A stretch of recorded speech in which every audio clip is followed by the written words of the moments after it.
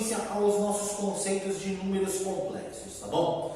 Mas para a gente chegar em números complexos, a gente precisa entender o que é e como surgiram, né? E como surgiu a ideia de transformar de trazer um novo conjunto, que seria o conjunto dos números complexos, tá bom? Então eu vou dar uma das definições, ok, galera? Essa é óbvio que não é a única definição para números complexos, nem o único motivo pelo qual surgiram os números complexos ou o conjunto dos números complexos, mas aqui eu acho que seja mais fácil a gente entender e visualizar a aplicação da ideia de números complexos, tá? Então, para isso, eu voltei um pouquinho aqui no tempo com vocês, aulas que a gente já viu sobre funções e principalmente funções quadráticas, né? As funções de segundo grau.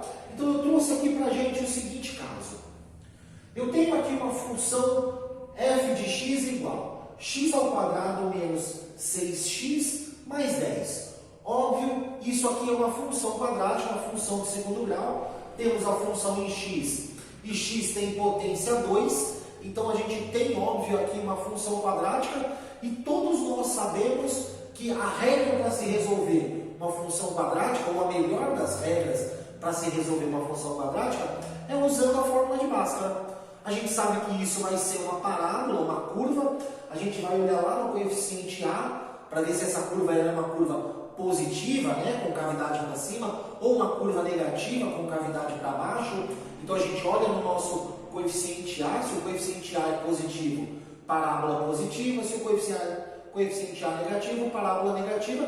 A gente já sabe fazer essas observações das aulas anteriores. Ok, mas nesse caso em específico, gente, olha que interessante. É aqui que a gente dá a continuidade e por isso que eu falei que seria muito importante começar a ver números complexos já no nono ano, oitavo, nono ano do ensino fundamental 2.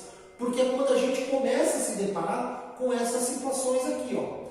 Mas é claro, óbvio que toda a nossa bagagem já no ensino médio vai nos proporcionar um entendimento muito melhor desse conceito.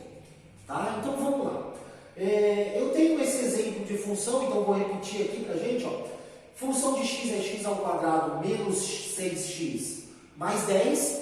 E quando eu aplico a primeira etapa, a primeira parte da fórmula de Bhaskara, né, para encontrar o valor de delta, da variação, então eu digo que delta é igual a b ao quadrado menos 4 vezes a vezes c. Tenho que identificar os termos, né, o a, o b e o c ali, os elementos a, b e c da minha função, mas quando eu identifico, automaticamente eu aplico na fórmula de Bhaskara e resolvo. Então fica assim, delta é igual a b ao quadrado, b é menos 6, então menos 6 ao quadrado, menos 4 na fórmula, vezes a, o coeficiente a é 1, vezes c, o coeficiente c vale 10, e aí eu resolvo essa conta. Menos 6 ao quadrado, todo número ao quadrado fica positivo, 36. Menos 4 vezes 1 dá menos 4, vezes 10, menos 40. Legal. Delta é igual a 36 menos 40, o que nos dá um resultado negativo. Então, delta é igual a menos 4. Tranquilo, a gente sabe que o delta tem três possibilidades, na verdade. Delta pode ser maior que zero. Quando delta é maior que zero, então muita atenção aqui, né, galera? A gente sabe das três opções, ó. Quando delta é maior que zero, a gente sabe que nossa parábola vai cortar o eixo x em 2 pontos. Então a gente tem duas raízes. Por isso a gente calcula a segunda etapa da fórmula de Bhaskara, né? Menos b mais ou menos raiz de delta sobre 2a. A gente aplica porque nós sabemos que se delta é maior que zero, eu tenho duas raízes. Então eu faço x1 e faço x2, que são as raízes que a gente encontra lá na nossa função, né, para aplicação do gráfico e construir a nossa parábola. Então, quando delta é maior que zero, é moleza, tranquilo. Aplico x1 e x2, acho as duas raízes e escrevo o gráfico. Quando delta dá igual a zero, que é a segunda opção, né, gente? Delta pode ser um número maior que zero ou pode ser igual a zero. Quando delta é igual a zero, a gente sabe que calcular x1 e x2 vai dar o mesmo resultado. Então, só vai ter uma raiz, né? Nossa parábola vai bater no eixo X, aqui ó, apenas uma vez, sendo positiva ou sendo negativa, não importa.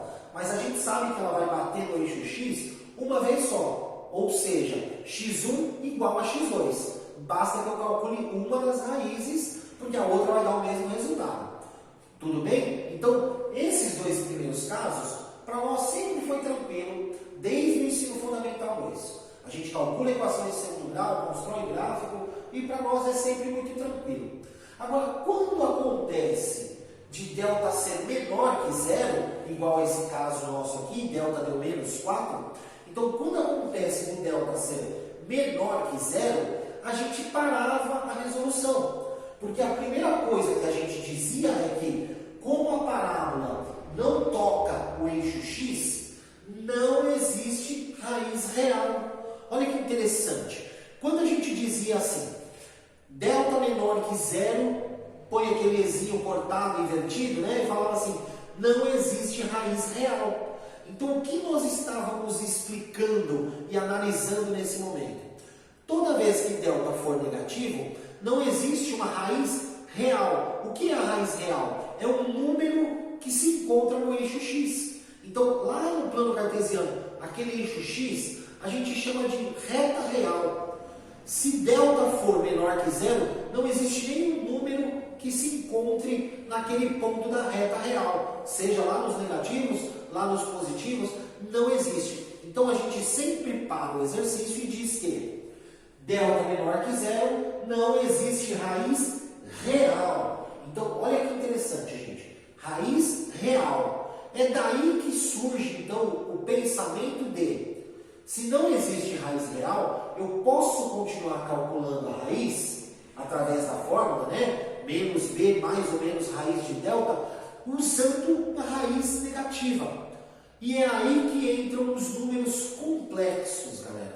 O conjunto dos números complexos, ele vai abordar, né, além do conjunto dos números reais. Então, além do conjunto dos números reais, a gente entende agora que nós temos um outro tipo, né, uma outra característica de número, que é um número complexo. O número complexo, ele sempre vai ter uma representação em X, né, uma representação real e uma representação imaginária. Por isso a gente chama de número imaginário, por isso ganha a letra I. Então, a ideia dos números complexos, ela parte de quando a gente encontra uma raiz negativa. Só que aí eu preciso lembrar as propriedades de radiciação, porque eu vou aplicar um conceito sobre outro conceito para resolver o problema, principalmente de função de segundo grau. Mas eu tenho outras aplicações para os números complexos, tá bom, galera? Na física quântica, na engenharia, né? Na mecânica de fluidos, tá bom? Na parte elétrica, na eletricidade, né? Quando a gente estuda hoje teoria da relatividade, então a física quântica que nos ajuda na medicina, que nos ajuda em muitos lugares hoje, ela usa o conceito de números complexos. Então a aplicação é muito grande. Mas para nós, por enquanto aqui ainda no ensino médio, no final dos anos finais do ensino fundamental 2, a gente vai entender que a melhor forma de usar o conceito de números complexos é para resolver raiz negativa. E é a partir daí que a gente vai se aprofundar no conceito de números complexos. Ok, galera? Então, eu coloquei aqui para a gente lembrar uma propriedade muito importante da radiciação. Eu posso reescrever qualquer raiz. Tá? Qualquer raiz pode ser reescrita. Então, eu trouxe um exemplo. Ó. Raiz de 10. Como é que eu posso reescrever raiz de 10? Fazendo raiz de 5 vezes raiz de 2. Eu posso separar em duas raízes. Tá? Vocês se lembram disso das nossas aulas de radiciação. Então, como eu sei que eu posso separar o número que está na raiz em duas outras raízes, em 3 outras, não importa. Eu posso separar aquilo desde que eu não mude a propriedade da matemática. É isso que nós vamos aplicar numa raiz negativa. Olha que interessante, gente. Eu posso escrever uma raiz negativa, que no nosso caso, delta foi menos 4, Então, para calcular raiz de menos 4 seria muito difícil uma raiz negativa. Eu digo que raiz de menos 4 eu separo em raiz de 4 vezes raiz de menos 1. Tá bom, gente? Então, ó, eu vou usar o artifício do menos 1, porque o 1 na multiplicação, ele é sempre neutro. Então, qualquer número que eu multiplicar por 1 continua sendo o mesmo, o próprio número, não é isso? Então, como eu coloco o sinal de negativo, eu simplesmente estou mudando o valor dele, de positivo para negativo. Então, quando eu pego raiz de menos 4 e transformo em raiz de 4 vezes raiz de menos 1, olha que interessante. Eu tirei o negativo da raiz. Eu trouxe o negativo para uma raiz sozinha ali, ó, raiz de menos 1. Então, eu sempre posso fazer isso. Eu sempre posso usar esse argumento. Então, se eu tiver lá, um exemplo, raiz de menos 200. Raiz de menos 200, eu posso chamar de raiz de 200 vezes raiz de menos 1. Então, eu tenho uma raiz positiva, o que facilita o meu cálculo, e eu vou ter um termo do ladinho ali, multiplicando, que se chama raiz de menos 1. E é daí que surge a ideia de transformar isso em um número imaginário. Olha que interessante, galera. Porque, como sempre eu tenho uma raiz de menos 1, a raiz de menos 1 vai se tornar uma constante. E quando eu tenho uma constante, eu posso dar um nome a essa constante e substituí-la sempre que for necessário. Por exemplo, π. Π não é uma constante, 3,1416, aquele número infinito. Então, para eu não usar toda hora aquele número, nós não pegamos esse valor e chamamos de π. Então, raiz de menos 1 a gente vai chamar de i, imaginário, uma parte imaginária do número. Então, eu vou fazer com que toda raiz de menos 1 se torne i. É daí que surge o primeiro conceito de números complexos. Então, eu sei que raiz de menos 1 é i, automaticamente eu posso pegar essa raiz, passar para o segundo termo. Sempre que eu passo alguma coisa de um termo para o outro, eu faço a operação inversa, não é isso? Se está multiplicando, passa dividindo. Se está somando, passa subtraindo. Se é raiz, passa como potência. Tá? Então, eu sempre posso aplicar isso. Então, eu vou pegar a raiz de menos 1 e eu vou jogar como potência de i. Eu sei que i é igual a raiz de menos 1. Só que i ao quadrado, ó, olha lá, eu vou transformar lá na potência. Ó, tiro de raiz, vira potência. I ao quadrado é igual a menos 1. Não se esqueçam desse conceito, galera.